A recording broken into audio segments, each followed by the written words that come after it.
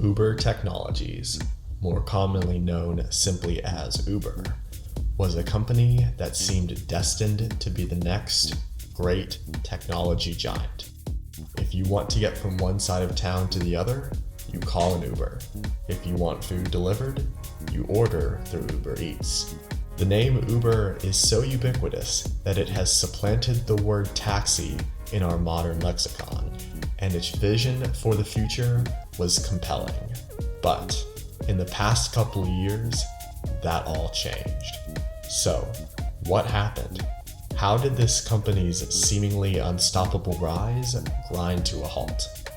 This is the story of the rise and fall of Uber. Garrett Camp dreamt up the idea that would become Uber in 2008 with his friend Travis Kalanick. The story goes something like this. One night in Paris, frustrated by the hassle of calling a private driver, Camp wanted to find a way to reduce the cost and friction with finding private transportation. He realized that sharing the cost of the ride with other people could make these rides more affordable, and this idea morphed into what we now know as Uber. The company was initially called Uber Cab, and Travis Kalanick joined the venture as soon as he heard about the idea. Camp built the first prototype with the help of some friends. Kalanick became the new company's CEO, and Uber Cab hired its first employee. Following a beta launch in 2010, Uber's app officially launched in San Francisco in 2011. Users were able to book a black luxury car through the app for around 1.5 times the price of a standard taxi fare. The driver would meet you wherever you requested and drive you and your party wherever you wanted to go. Ride-hailing requests, fare calculation, payment processing, and tracking were all handled in the app, a huge innovation from the old coin meters in taxicabs. This pilot proved successful, but the big revolution didn't occur until July of 2012, when Uber launched UberX, a more affordable option that allowed people to drive with their non-luxury personal vehicles and users to ride in these more affordable cars. This product innovation marked the beginning of the sharing economy. This concept of the sharing economy, where an app is built as a platform and the users offer the services, is now everywhere, from gig work to food delivery to ride-hailing. This phenomenon of creating a platform app for services is even sometimes called Uberization, and many companies have pitched themselves as the Uber for X. This expansion away from luxury black cars and into mass market transportation was the key turning point for Uber. The idea grew rapidly, and by 2013, Uber was in 35 cities, and the company took off from there. Kalanick had even bigger dreams for the company. Uber was not just to be a ride-hailing startup, but rather a platform for all transportation. Anything that needed to move from one place to another could be moved using Uber. People, goods, food, and even freight. This was Kalanick's dream for the future. Uber started expanding its businesses and funneling money into R&D to make this vision a reality. The food delivery service Uber Eats launched in 2014 and marked Uber's first big move into delivery.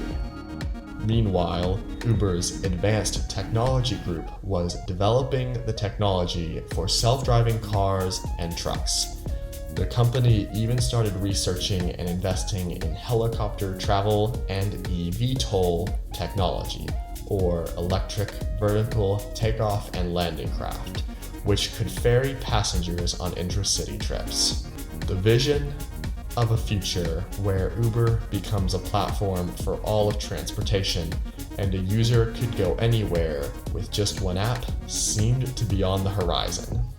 A user wanting to go from the suburb of Laguna Beach to downtown LA, for example, would hail an UberX to the nearest heliport, then board an Uber eVTOL, which soars above all of the LA traffic and lands at the heliport several blocks from the office.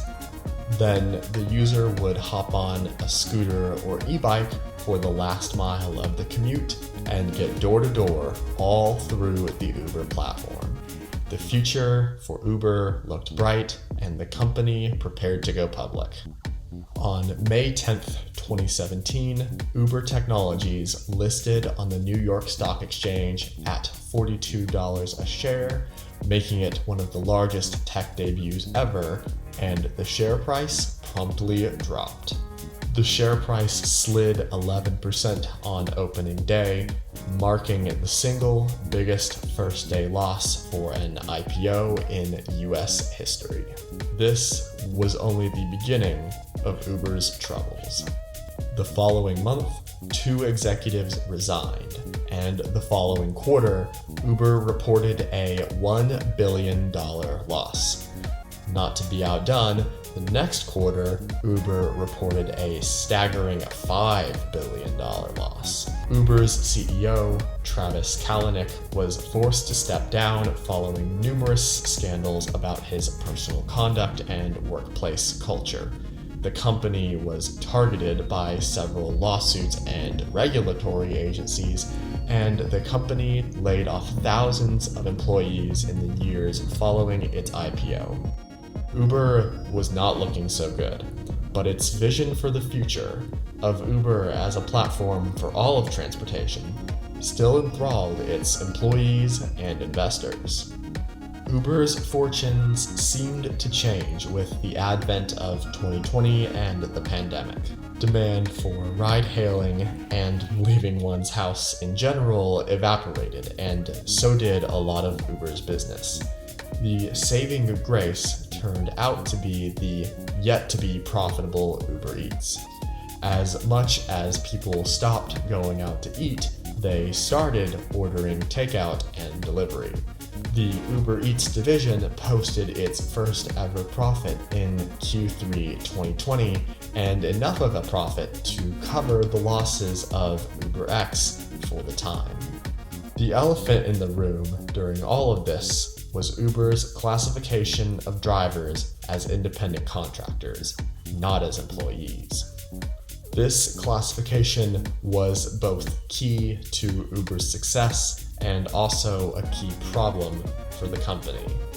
The designation of drivers as independent contractors exempted drivers from both employee benefits such as healthcare and restrictions such as schedules and shifts. A majority of Uber drivers do in fact drive part-time and prefer flexibility over benefits. But the minority of drivers who treat driving for Uber as their full-time work did not have any benefits or safety net. To remedy this, in 2019, the California state legislature passed Assembly Bill 5, which was designed to force companies like Uber to classify all of their drivers as employees, regardless of how many hours they worked. Uber obviously could not afford such an expense and change of business model, so they joined Lyft, Postmates, DoorDash, Instacart, and other similar companies in opposition to the bill. They refused to comply, and when ordered by a court to comply with the bill, refused again to do so and instead threatened to pull out of the state entirely. Uber backed California's Proposition 22, a ballot initiative for the November 2020 state election, which granted app-based transportation and delivery companies like Uber an exemption to Assembly Bill 5 by formally classifying their drivers as independent contractors. After a hotly contested election and millions of dollars spent campaigning, the ballot measure passed by a margin of 60% to 40%, and Uber's share price surged on the news. The victory on AB5 was not the end of the story, however. In late 2020, under pressure over their costs, timelines, and feasibility, Uber sold off two of its key innovative divisions to other companies in quick succession.